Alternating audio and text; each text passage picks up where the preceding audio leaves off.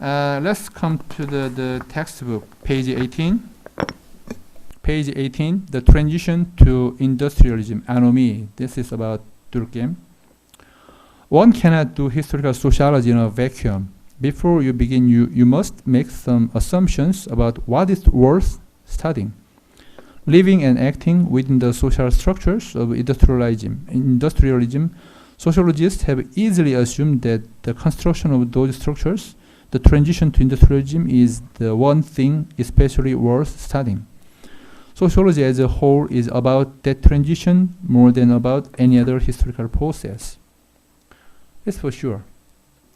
Sociology in the beginning, they focuses on the transition from feudalism or premodern society to modern or capitalist society. The distinctive categories and concepts of this discipline, sociology, its critical problems and theories are all colored by the underlying assumption that industrialization is a general historical process we most need to understand. It is not surprising then that the early sociologists we find most impressive and influential today are all writers who concerned themselves directly with the task of explaining industrialization. Now we have the same concerns. If this lecture was given, say, 20 years ago, your concern, the Chinese students and the Korean students, are very different. Say, before the rush to industrialization in China, after the Deng Xiaoping's reform project, Chinese society as a whole does not industrialized. So when you talk about industrialization, you have very different connotations, view of this concept. But now I think in China, as well as in Korea, we share the same social structure, industrialization, industrial society. Whether you name it industrialization or capitalist society or class formation, we have the same social context. So, if the Nanjing student and Korea University student meet together, you have so many stuff to talk about. You share so many cultural stuffs and so many, so-called stars and the music and the movies and all the stuff you share. You share the same social world, cultural world. So you can make conversation. But say, just think about when you met the North Korean student in your age, what kind of topic can you have some discussion over?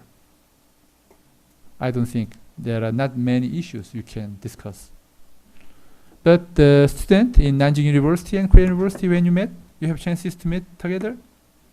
I think even though there are some language barriers, still you can have so many conversations, dialogues. I think you can share. What makes that kind of things possible? Industrialization. We share this industrialized world. That's the reason why we have to learn historical sociology and how we can understand each other. Because we share the same social world. Next paragraph. But just as to begin, one must make assumptions about what the significant problems are. So one must at the outset also make assumption about what sort of problems the significant problems are. The raw materials of history are vast, endlessly complicated, and in themselves no more than details in a chaotic flux of events. To make sense of that chaos, we must start by attributing some provisional meaning to it, bringing to it some ideas of our own about the patterns that might exist within the flux and about how such patterns are produced and changed. The ancient historians, for example, tended to assume that history was made by great men. Thus, the significant pattern they identified as the rise and fall of the Roman Empire was for them shaped almost entirely by the actions and characters of emperors, generals, and kings. Do you understand that? Still in Korea, I think China almost the same. When you talk about history and history making and historical transformation, we easily identify that period with someone, some hero, national hero. For example, in Korea, when it comes to the topic of founding our own nation, our nation state, we think of Seungman Lee as the founding father of Korea, right? Seungman Lee. And in China, I think Mao Zedong should be the founding father of your republic, your country, right? And when it comes to the industrialization in Korea, it's definitely Park Chung-hee, President Chung-hee Park, who ruled Korea 18 years, right? He is the father of industrialization in Korea. There's no doubt about that. There are some controversies about his the bright side and dark side of his reign, but he is the founding father. He is the initiator. We identify our industrialization with Chung-hee Park Chung-hee era.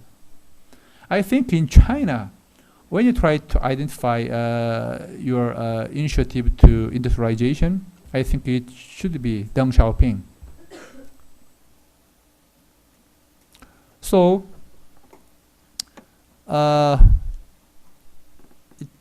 in the Western, the historical writings, Philip Abrahams, he's talking about the rise and fall of empires, Roman empires. We attribute to the emperors, generals, and kings. In Korea still, I think in China, almost the same. When you talk about the making of your own country, the industrialization or some other social changes, you easily identified with them in some specific person.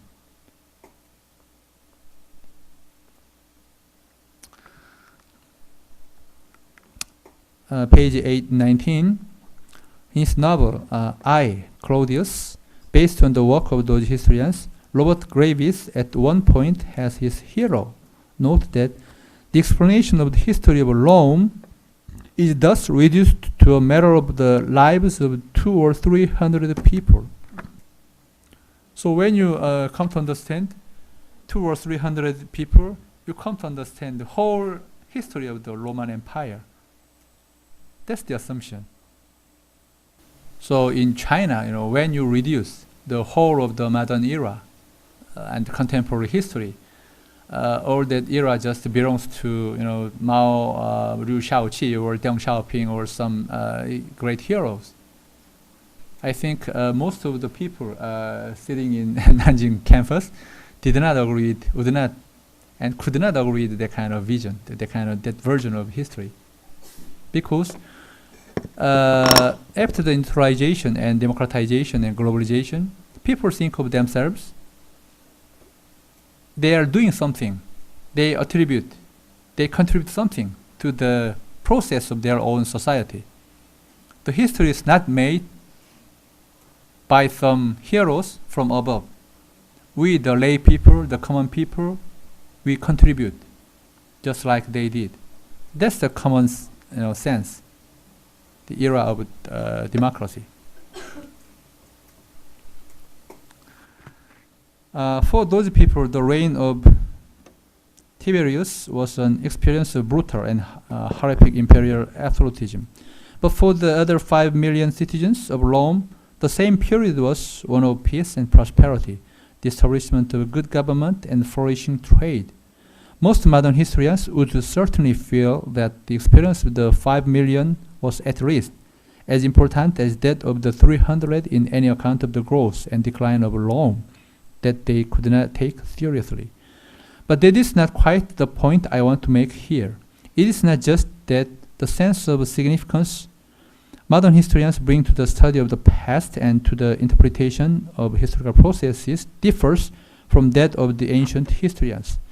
Rather, it is that modern historians, no less than ancient ones, cannot but bring some sense of significance with them to their work.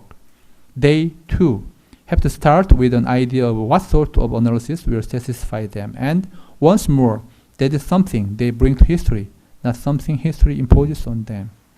One result of this is that there can be many differing or conflicting historical interpretations of the same episodes, events, and experiences. And another is that in trying to decide between such conflicting or alternative accounts, we must not simply appeal to the evidence. What we will accept as evidence is, after all, a matter of what we in turn think is significant. But most must also examine the assumptions underpinning the different accounts and ask how far the evidence marshaled in any particular account is, from our point of view, limited or distorted by those assumptions, and how far, on the other hand, the whole package of assumptions and evidence strikes us as an adequate treatment of a significant problem. Here, the author, Philip Abrams, did not talk about the evidence will justify, evidence will reveal the truth. He did not side with that kind of position. Evidence is not everything. We need some the framework. This becomes an immediate challenge when we turn to consider the historical sociology of industrialization. Agreed as they were about the significance of the problem of industrialization, the founding fathers of sociology, Durkheim, Marx, and Weber, had very little in common when it comes to the point of working out an initial sense of what industrialization involved. They all started, as one must, with some notion of how action and structure were related, some idea, hypothesis, model, or theory that indicate them the sort of process they could expect to find emerging from that relationship. But fortunately, the assumptions they made in that respect were strikingly dissimilar. Not similar, dissimilar. Fortunately, because the resulting debate has been a fruitful and creative one for sociology as a whole. In this and the next two chapters, therefore, we shall examine the principal contributions to the explanation of industrialization made by Emil Durkheim, Karl Marx, Max Weber, and the groups of later writers who can be associated with them.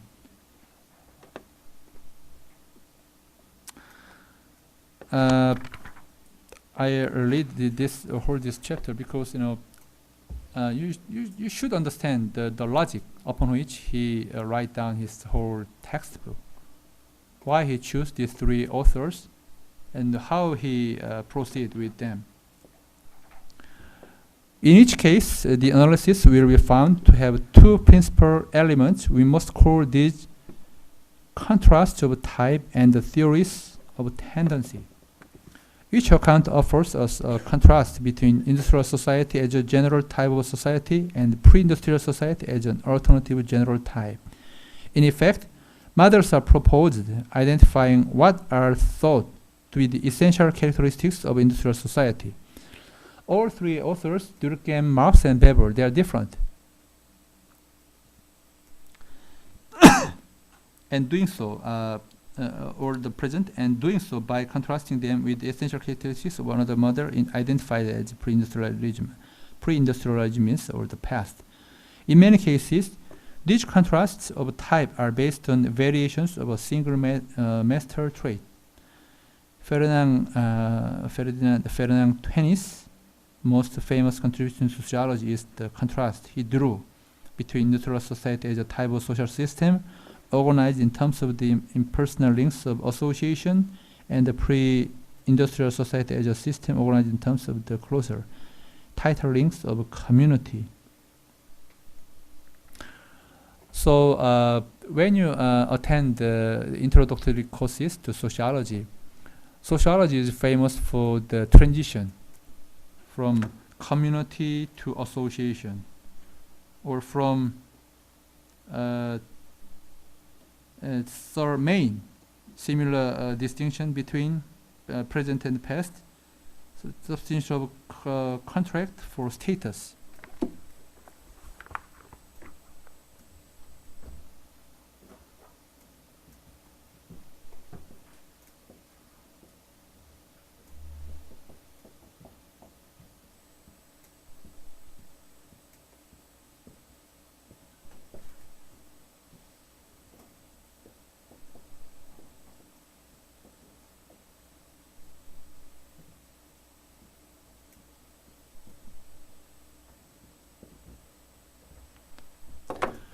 I explained to you the life in rural community,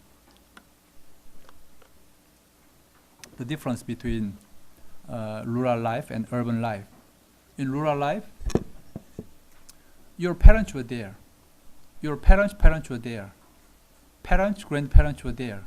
When they deceased, they got buried in the backyard or in the mountainous area in your around your own home. So living in a community, in a rural village, means you are living with your parents, you are living under the control of the traditions, you share the moral code with your, not only your family members, but all the villagers.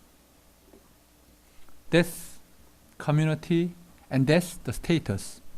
When you are born, you know, they ask what kind of education you had. When you're living in a rural area, only they ask you is, you know, who is your father, your family background, your status. That really matters. They even did not ask you, you know, what kind of food, what kind of people do you like. No, they don't have any interest in asking you that kind of questions. Community, status, that's pre-industrial situation. But when you move to the city area, you should make new social relationship. That's association. You have some you know, you have some friends, not families. You make some groups, organization. That's association.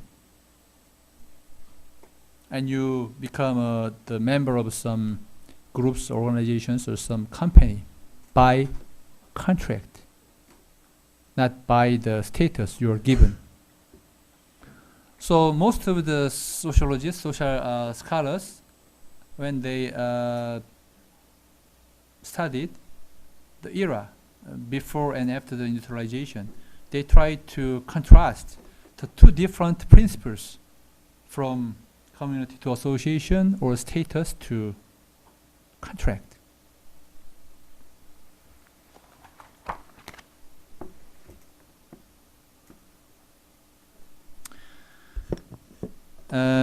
The line 4 from the below, from the bottom, page 20. Similarly, all of them, having identified the difference between the present and the past in terms of a contrast of type, developed theories as to how the present was constructed out of the past by focusing attention on ways in which the historical interaction of social action and social structure can be seen to be tending towards the substitution of the industrial type for the pre-industrial. In some cases, the tendency is treated as a strong, almost unavoidable one. In others, it is much weaker, much more variable, and much more actively constructed by the immediate activity of actual individuals. And such differences will prove very important when we come to judge the adequacy of different theories of this kind as good historical sociology. For the moment, it must suffice to say that the organizing features of all varieties of historical sociology concerned with the transition to industrialism do appear to be the contrast of type and the theory of tendency elaborated within it. I ask you to pay attention to these paragraphs. so far, I think in Korea and in China, almost the same. You were accustomed to just hearing and just writing down and just memorizing, remembering what you hear. You think of, when you think about your learning, your education, you identify your learning process with listening to the instructors are saying, writing down and memorizing that. But in order to become a very creative and a very proactive student and scholar, you could raise questions. Raising questions, not just giving answers that will lead you to the first place. And I'm asking you to pay attention to these paragraphs because that's the way how Philip Abrahams tried to raise his own questions and write down all the pages to come. All approaches to the sociology of industrialization also seem to agree on the broad nature of the fundamental empirical changes involved in the transition.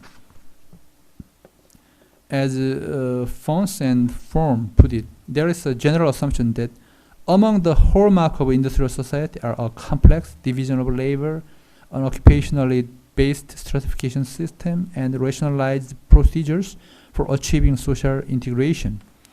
And that these attributes, in some sense, are the basic structural characteristics of industrial societies. Given that agreement about the core element of industrial society as a type of society, there has been a measure of common ground in identifying the process through which industrialism is created. And here we have this quotation here. This book was written in 1949. That means 40 years ago. The quotation: the processes with which we are primarily concerned are economic growth or increasing income per capita, mechanization of production, and increasing size of production organizations. The consequences of these processes in combination are important changes in patterns of division of labor, basis of social stratification, and mechanisms of social integration. Without necessarily accepting the particular cause and effect relationship, economic change leading to social change, suggested in this passage, we can certainly accept the claim that the transition to industrialism has been identified by sociologists almost unanimously as a matter of three types of social structural change, Fons and Fromm specify, in the division of labor. Division of labor. And second, the nature and the sources of inequality. Inequality. And in the ways societies are integrated or held together.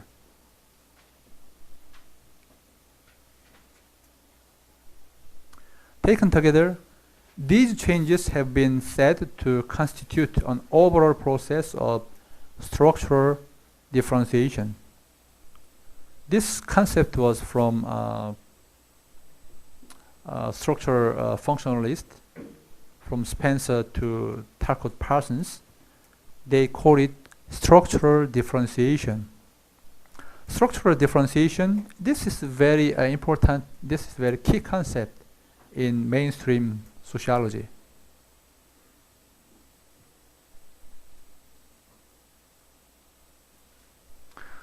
According to this Durkheimian sociology, when they got questions, for example, some students were very,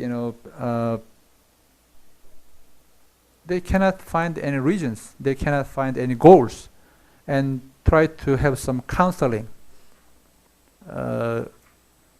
According to Durkheimian approaches, the universities and all the big organizations, they should have some counselor, have some conversation with their own students or own people in their own organization.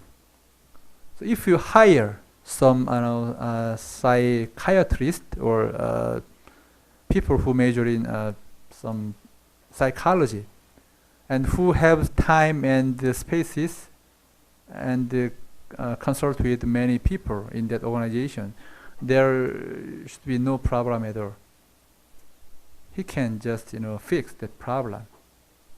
So if there are so many patients out there, you should produce much more doctors who can take care of the patient. That's structural functionalist approaches.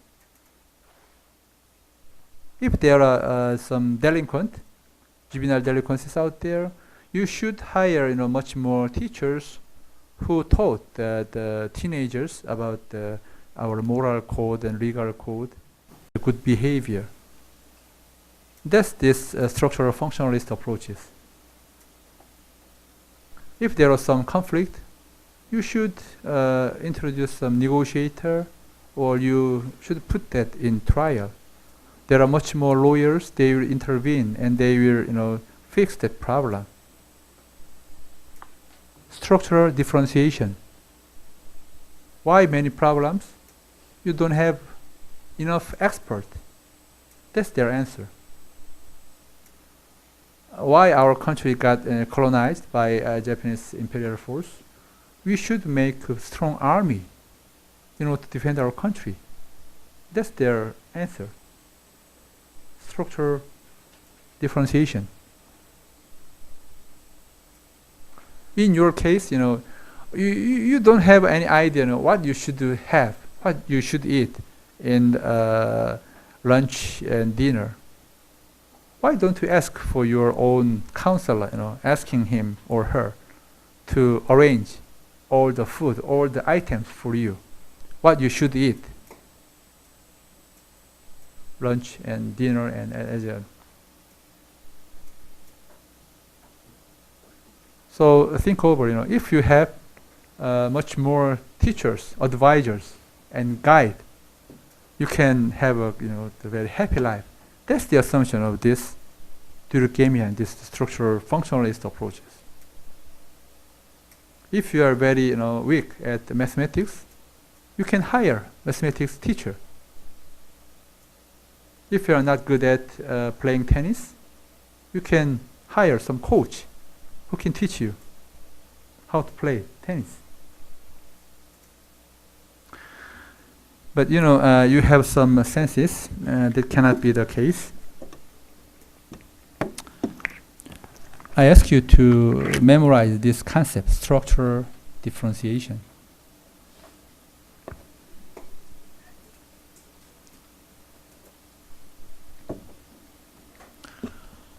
In Korea, Korean soccer team, we advanced to the semi-final. We belong to the four countries advanced to the semi-final. At that time, we hire foreigners as our head coach, right? That's typical, the structural functionalist approaches. If we don't have coach who are qualified as world level, why don't we just hire some foreigners as our national team coach? That's really a revolutionary thinking. Can you imagine that we had that experience, we had that event, and after the World Cup soccer game, we tried to make Hiddink as a member of our own society. We give him names and some citizenship certificate. Do you remember that? That's typical, structural functionalist approaches, Durkheimian approaches. In doing so, I, nowadays it's not extraordinary. In Japan, they hire Westerners as their top executive, top manager. In the past, say just 10 years ago, that's just unimaginable. We hire foreigners. Structural differentiation. Structural differentiation is a process in which different tasks or functions are increasingly separated out from one another and attached to specific social positions or roles.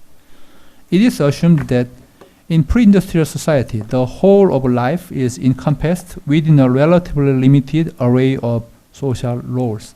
That's mechanical solidarity. Your mother is not only giving you some food, also made you clothes. And in some cases, she is a nurse. When you have some problem, stomach, or you have some bleeding, nose, or you cut your own hand, your mother play the role of doctors, right? That's typical, mechanical solidarity. I still remember when I was elementary school student, my mother make me a bag for our shoes, and almost all of the other students they bought the shoe bags, but my mother make the shoes bag by herself. I was so proud of that. And I always just have like this. I try to let them know my mother is such an expert. Make this.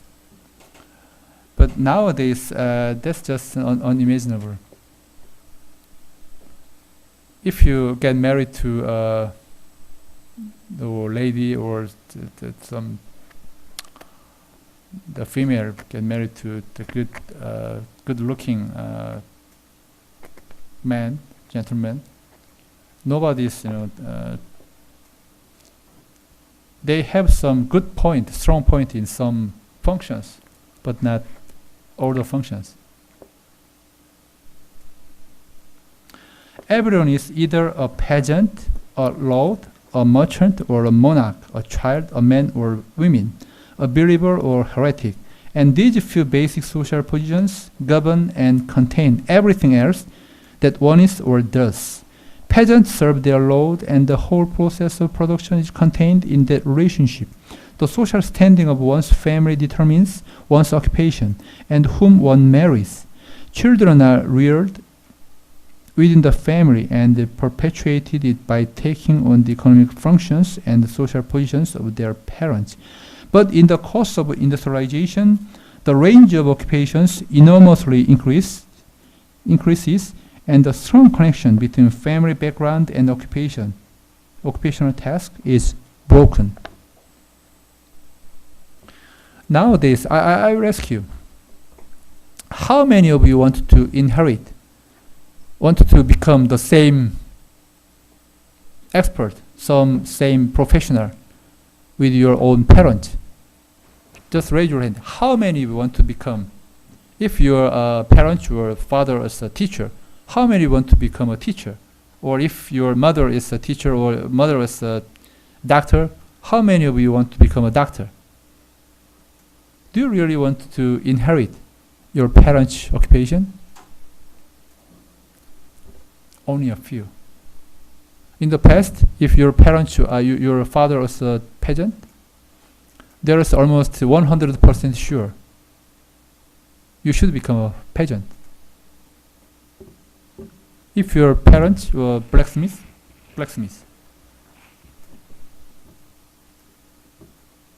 But nowadays, that kind of connection just severed, is delocated.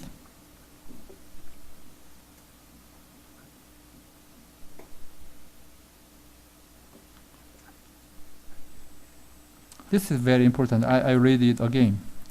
But in the course of industrialization, the range of occupations enormously increases, and the strong connection between family background and the occupational task is broken. Big difference. Government, administration, the educational training of children All become specialized tasks performed by people specially recruited for that purpose. From the point of view of the individual, life becomes much more fragmented. That's very important concept. Fragmented. I'll ask you.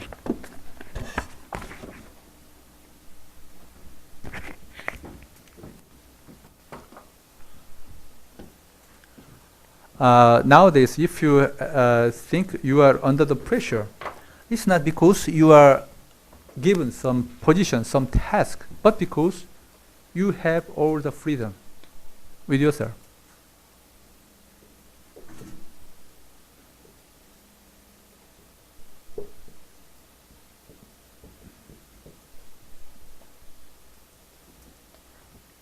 All you guys in this classroom and in Nanjing University, I think you are the children of freedom. The big problem confronting you is not that someone, whether that's your party or your government or your family, imposes some role, some function upon you. You should do this, you should do that. That's not the case. Most of you are under the pressure to exercise your own freedom. How many of you have some trouble with your parents? If your parents ask you to become someone, you should become a doctor, you should become a professor, you should become a governor, and you have some different ideas, and I don't want to do that. Is that the real trouble with your own parents? Most of the cases, I don't think your parents ask you to become someone. The trouble between you and your parents, or the problem with yourself, is actually you don't know what to do, right? Even though you have the chances and the freedom to choose your own future, your own job. But the problem is you don't know what to do. Which job? What kind of job is good for you? Right? The problem, the trouble between you, your generation, and my generation, and my parent generation is totally different. In the past, so-called pre-industrialization period, you were what your parents had been. You inherit. If you are the son of farmer, you are almost 100% sure you become a peasant, become a farmer. But nowadays, how many of you really think if your father is, say, a professor, I should become a professor? Is that a real pressure upon you? If your father is a big businessman, so you have the pressure, someday I will manage the enterprise, and my father pushed me to become the CEO. But I really want to become a singer-songwriter or want to become an artist. Is there really the trouble between you and your parents? Not much. Only a few cases. Pre-industrialized society. Most of you, even though you like it or not, most of you are just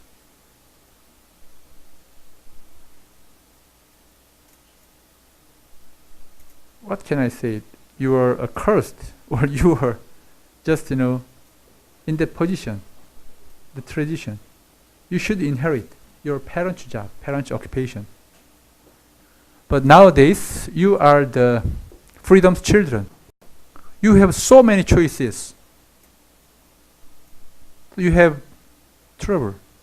You have problem with yourself, not with others. Right?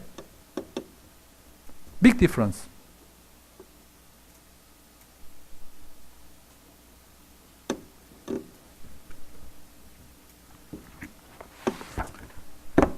Say that from the individual's point of view, it's so fragmented.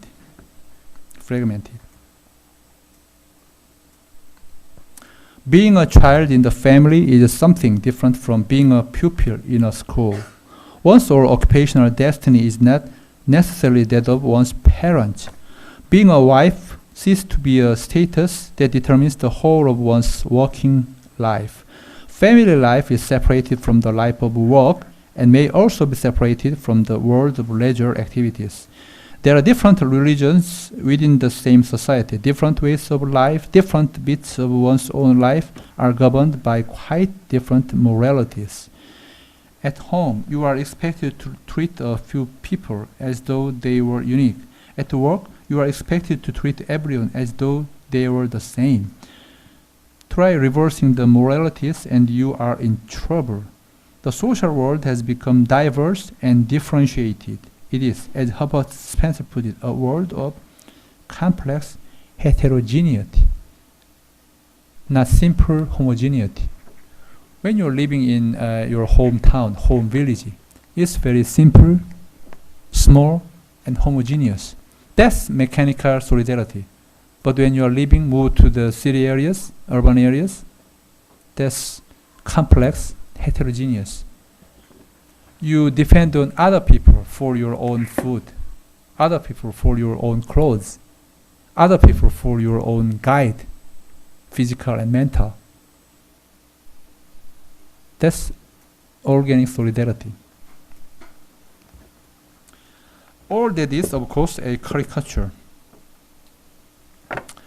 The pre-industrial world has its own complexities. Pre-industrial world is not that simple. It has its own complexities. And the industrial world is often simpler than it looks. Family background, for example, still does determine occupational destiny for most people in a remarkably powerful way. Nevertheless, the caricature is not altogether absurd. It points, however, subtly toward the most immediately striking difference between industrial and pre-industrial societies, a difference that seems to be empirically undeniable. The range and degree of specialization of occupations really are vastly increased. The moral separation of the various roles an individual task takes or plays really does occur. Industrial society is that sort of new social world. The emphasis on the transition to industrialism as a process of structural differentiation is thus not misplaced, but to emphasize that aspect of the transition gives rise to a rather special problem. If industrialization is seen as above all a process of differentiation, specialization, separation out, fragmentation, and the creation of distinct worlds in which different individuals, of course, the bits of individuals involved in particular roles, life, then the problem that especially calls for explanation when one thinks about industrialism is obviously the problem of social integration. How on earth does the newly differentiated, diversified social system hold together? It is this problem which particularly dominates the historical sociology, the school inspired by Emile Durkheim. Social order and social integration.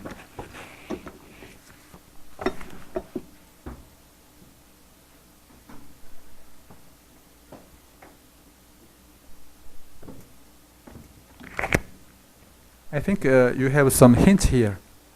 Durkheim is not talking about social change. He watched the industrialization process. All his concern is how to give some order, impose some order in this industrialized world, this chaotic, fragmented, differentiated world. How we integrate this social world. That's the dominating question pursued by Durkheim and his followers. How we can integrate our own society. Their approach is from moral point of view.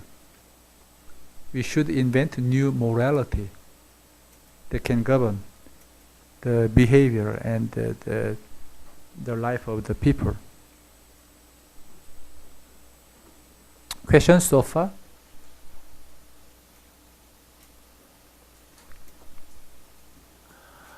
Actually, I want to ask you to read the textbook, and I try to assume, you guys already know, read the textbook, and I just add some, emphasize some key concept and some aspects of the theory.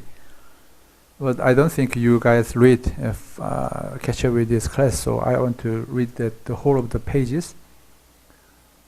Do you have any questions so far?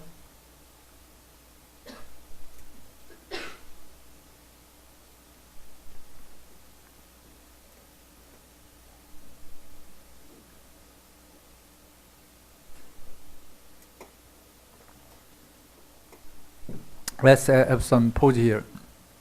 I will ask my Korean student. 2 days from now, we have general election in Korea. I want to ask you, do you make up your mind? Whom do you want to cast your own vote? Do you have any ideas about that, Korean student?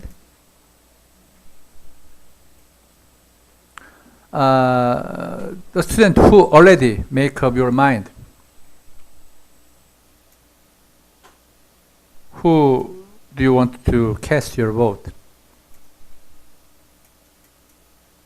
Already make up your mind, raise your hand. I don't think any of my students don't have the right to vote. Every one of you have the right to vote. Almost half of you don't make up your mind. What's the problem here? 1 week from now, I ask you, all of the Korean students, ask you to tell me. We have secret ballot, so I have no right to ask you which candidate you vote for. I ask you the criteria upon which you make up your mind. Under what consideration you choose your candidate? I'm asking you. I'm asking you to talk about that. For example, several years ago, when I asked my student in this same course, historical sociology, I asked them to come to the front and tell me the criteria. So one student come to the fore, and he cast one vote to the Grand National Party, now the ruling party, and one vote for the Progressive Party, because he wanted to have some cash by casting his vote for the Conservative Party, and they have that campaign. They will redevelop the area, so that's good for for their fortune. And we have 2 votes actually, one for the candidate, one for the party, right? So he cast the vote for the Conservative Party, and when he chose the party, he chose the Progressive Party. So he think he is very balanced voter, conservative as well as very progressive, and that's his argument, his explanation of his voting behavior. I think that really makes sense. So I'm asking you, upon what kind of considerations you choose your candidate and the party, and tell me that. The assumption is that I ask you, I think all of you should cast your vote.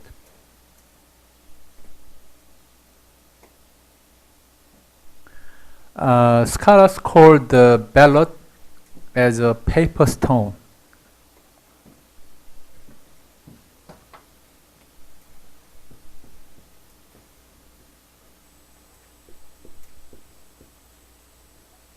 Or some scholars put it like this way: from bullet to ballot. Bullet to ballot. When you cast your ballot, it's the same as you throw the stone to someone or you shoot Someone. I ask you to join that general election. That's the way you can make your own history. General election is a process and also an event. You can change the course of our country.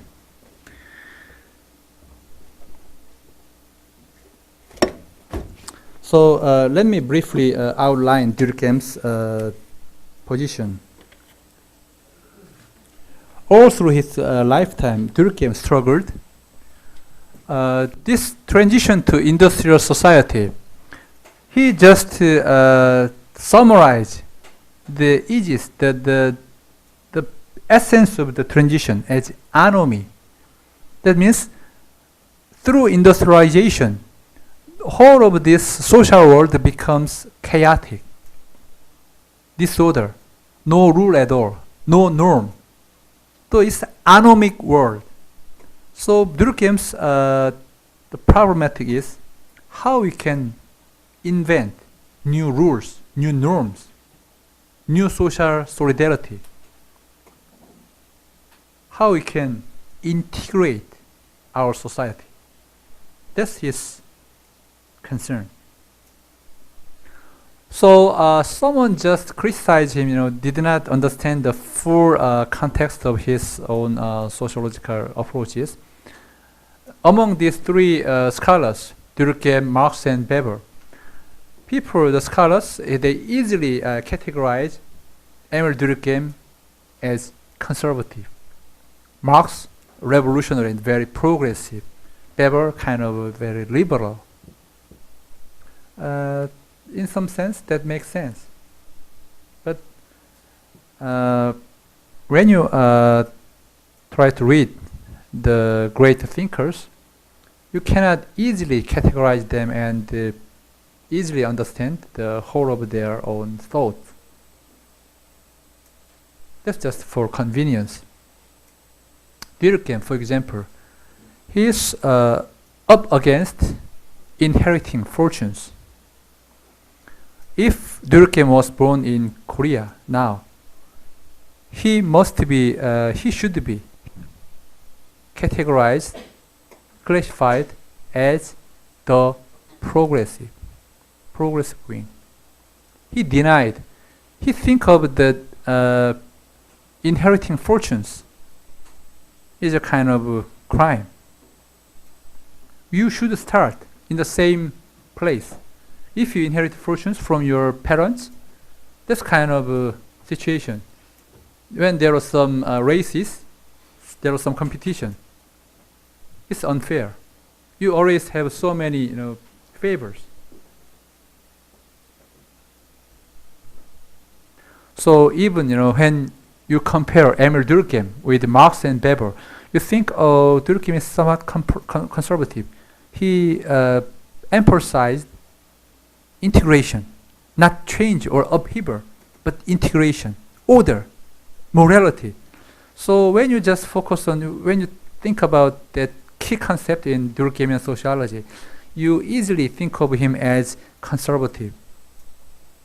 But when when you have chances to read his own books, it's very different.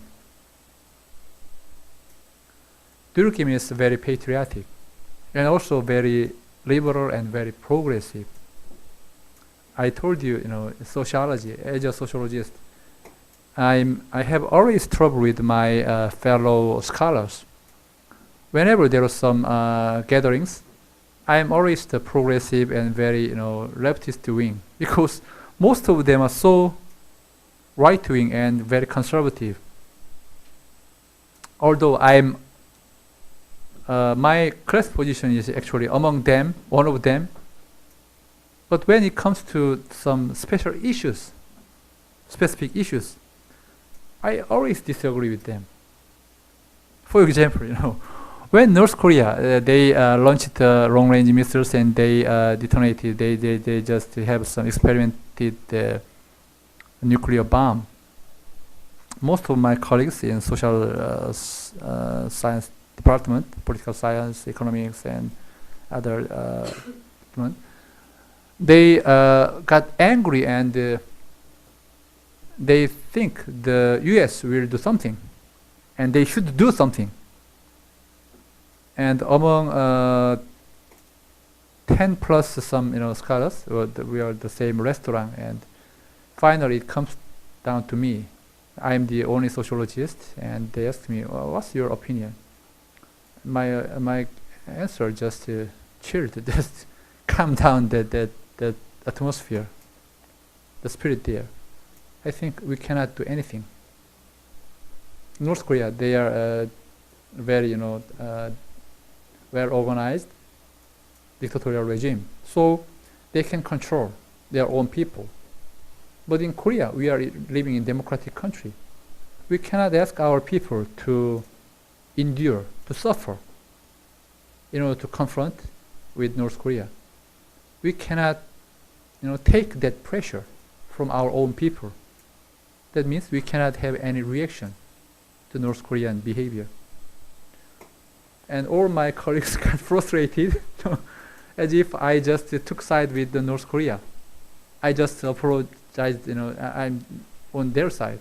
But I'm talking about our situation.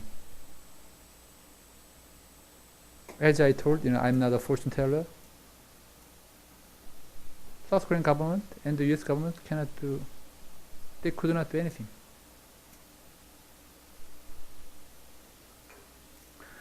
So I ask you to, before you become a sociologist or a sociology majoring student or good student, I ask you to become a good citizen. You should do your best to take all your responsibilities, beginning with the casting your own vote during election. If you don't join the election, you are not even a citizen at all. You should do your duty.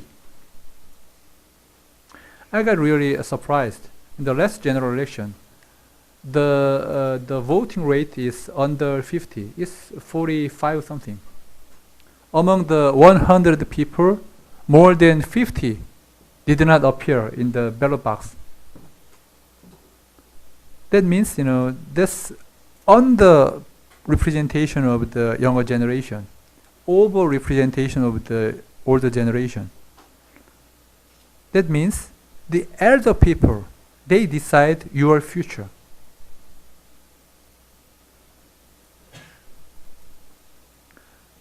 Our elders, they knew very well. Casting ballot is like throwing stones and like shooting someone. But you guys, you don't understand the gravity, the importance of election. I ask you to join the election and choose your own future. Don't let others choose your own future. Yeah. So in Durkheim, anomie and recovering, remaking, inventing solidarity is his concern. So in some sense, when you compare Durkheimian sociology with that of Marx and Weber's, he seems to be a kind of very conservative, very moralistic, top-down kind of guys.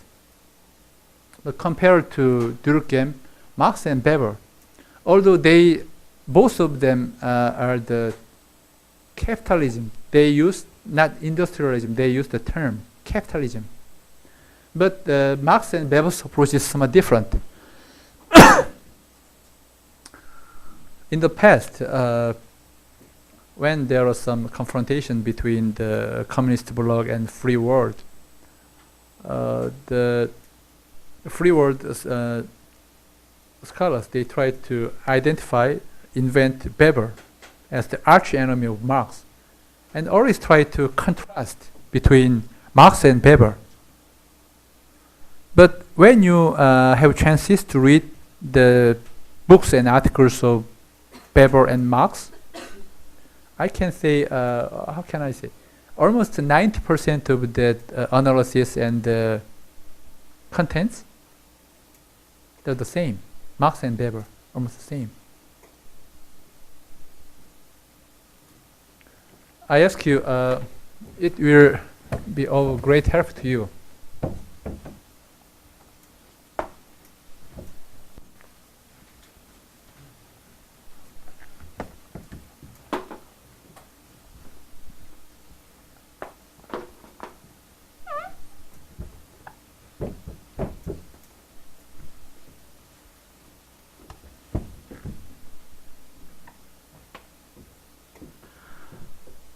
When you try to compare two scholars or three scholars or more,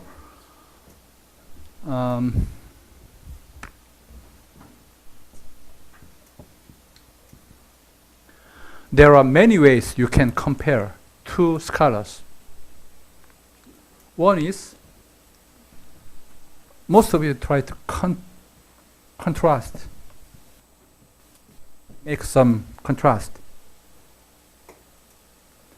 Say Marx, when he studied capitalism and capitalist society, he think someday there will be some revolutions that will overcome the capitalist society and move to new social formation, that's socialist or communist society.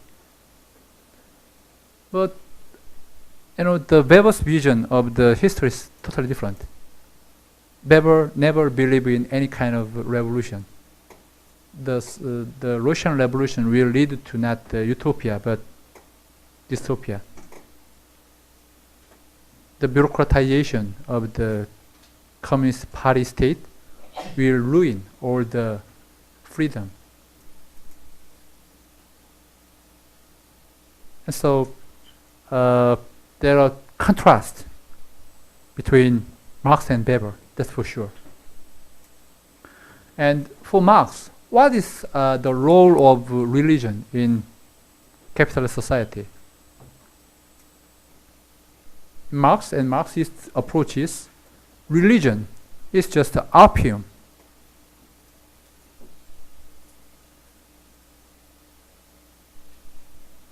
It's a kind of a barrier, it's a hindrance to the revolutionizing society. So you have to get rid of the influence of religion. Religion is the enemy of the people, the revolutionary spirit. But what is the role of religion in Weber?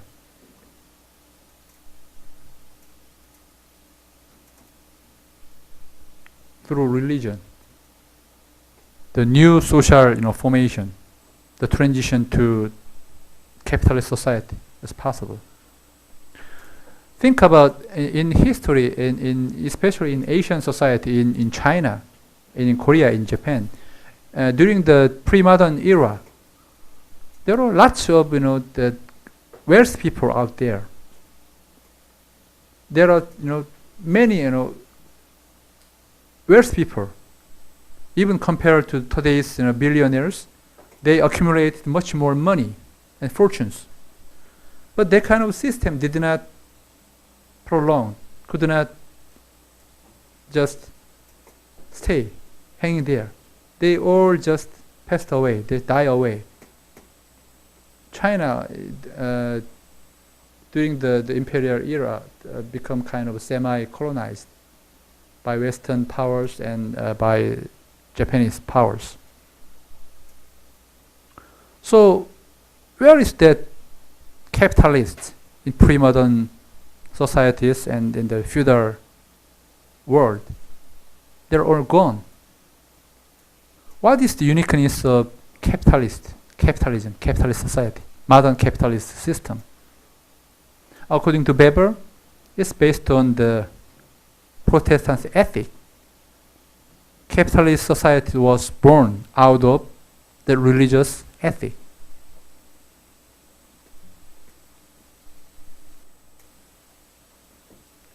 So there's a big difference, contrast between Marx and Weber. Contrast.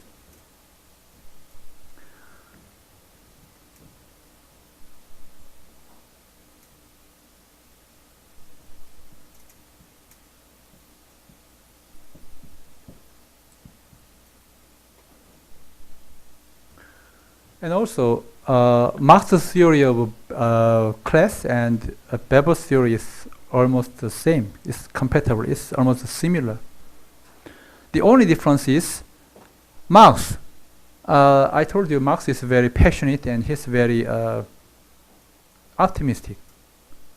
So when the capitalist industrialization proceeds and the proletariat, the working class, they gather together, there are big companies, big factories, and the people, the proletariat is getting wider and stronger than ever. At some point of the history, they will come together, they join together, and they will fight against capitalists, and they will throw away the capitalist system. That's Marx's view of the proletarian revolution. But when it comes to Weber, he did not believe in that kind of fairy tale, that kind of stories. Among the same proletarian class, there was some conflict of the interest. 이게 7시 15분까지. 응? 왜 전화가 오고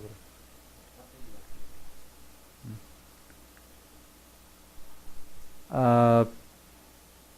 Nowadays I got just confused. You know, I just my memory is not well working. It seems to me it's kind of a warning sign for me. I think I should stop at 7 o'clock. I think it's not. Yeah. Let me proceed. For Weber, Marx is so optimistic, and in some sense, he's not scientific at all. In envisioning, you know, someday there should be some kind of class action.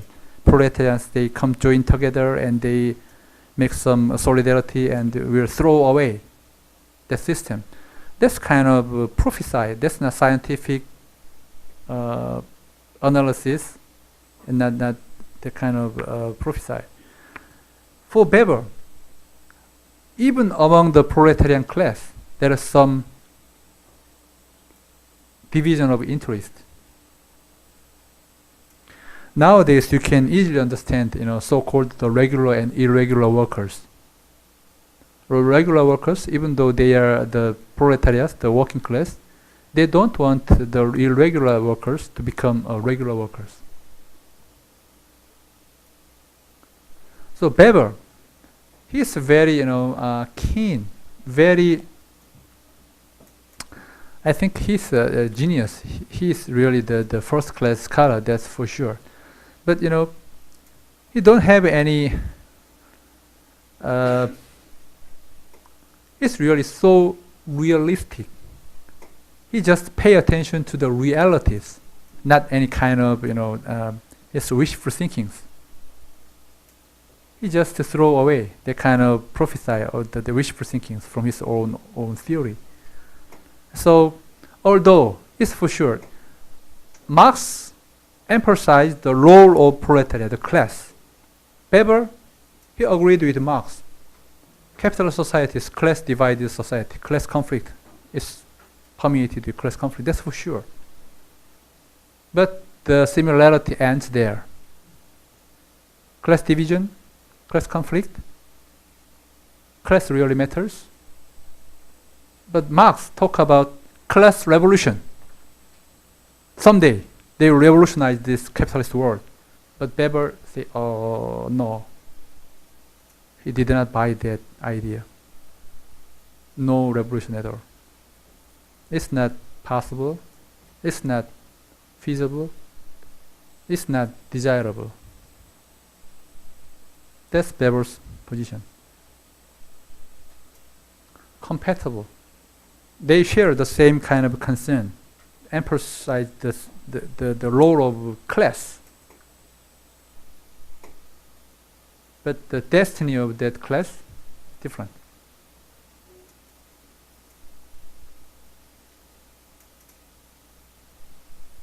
And the two guys, the Marx and Weber, they emphasize the role of religion in society, in moving the history forward. But from Marx's point of view, religion is very negative. The net result, net effect is negative. It hinders the proceed of the revolutionary mind, the revolutionary zeal, the passions. It's good. But for Weber, in some sense, Weber, he's talking about not just the capitalist society or the structure. He emphasized the capitalist spirit. Nowadays, you understand that concept. The spirit. It's not just a kind of machine earning much more money, much more profit.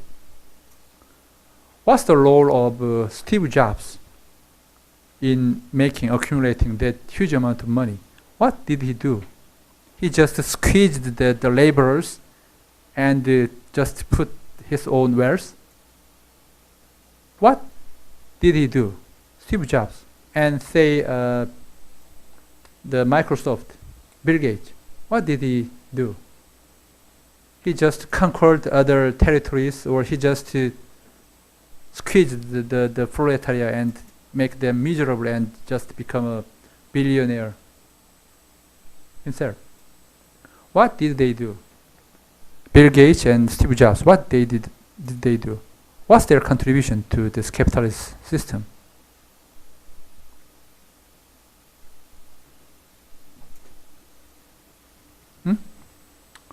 What's their contribution?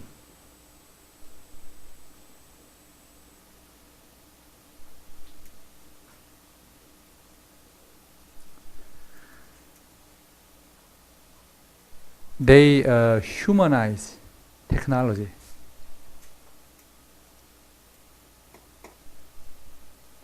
They give us the happiness, keep in touch with our loved ones. They recovered the relationship.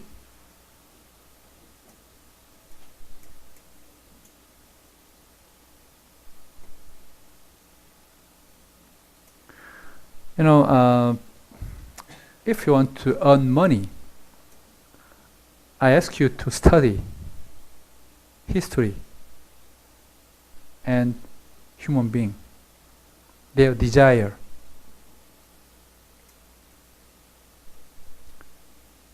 Their relationships.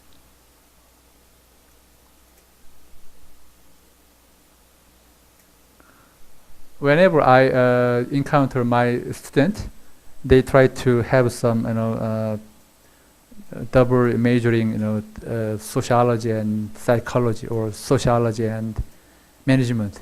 I'm asking them, just focus on sociology. Because, the more you learn about human society and human being, the more you come to understand how you can make money. You just halfway just study sociology and just halfway to management. You don't have any idea at all in two different disciplines.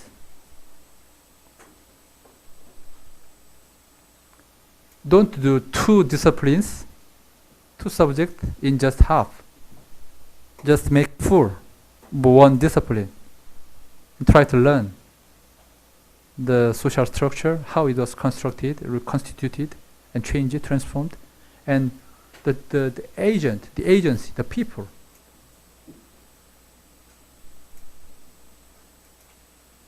Someday some of my friend joined my class and listened to my lecture and have some ideas.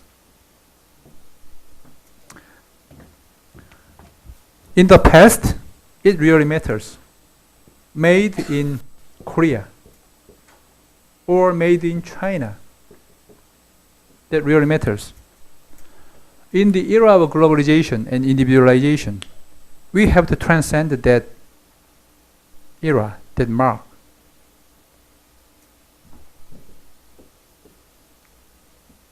Not made in some place, some country. How we can change it? What really matters in the future? Made in.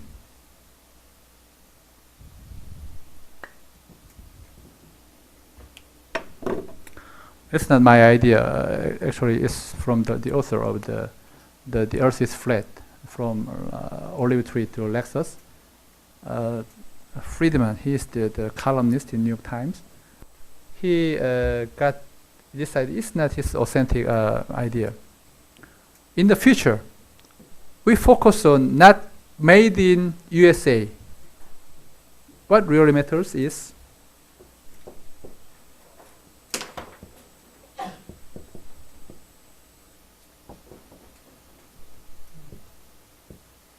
imagined in Korea, imagined in China, imagined in historical sociology class. That really matters. That really change your life course. What kind of idea? Idea is resilient. When some ideas just stick to your own brain, the tissue of your brain, it really sticks. It's conceived. Conceived. I think you guys know this concept. Conceive. What is conceive? Conceive. Anyone can give some definition of that word? Conceive. And there's that Lincoln's well-known address, Gettysburg Address, that begins, 70 years ago, our fathers brought forth on this continent a new nation, conceived in liberty and dedicated to the proposition that all men are created equal. Conceived in liberty. Conceived. What is conceived? This is a verb. It have two noun form. One is conception. What is conception? When women got pregnanted, that's conception. The other noun form is concept. When new idea comes to your own brain, and it sticks to your own brain, and it grows. That's concept. When the male and female have some sexual relationships, conception, that means got pregnant, have your baby, the womb. When some new idea comes to your own brain, it sticks and it grows. It embedded in your own brain. It grows. That's concept. Not material forces or the money that change your future. Concept. The genius of Bill Gates, Steve Jobs, is not his fortune, material fortune. It's their idea.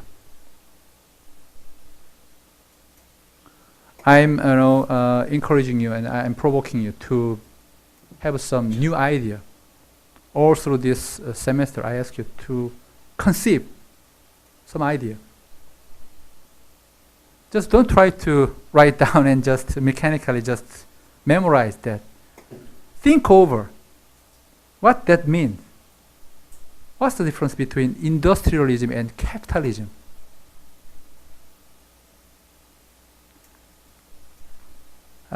That's it. Let's wrap it up. See you next week. Thank you.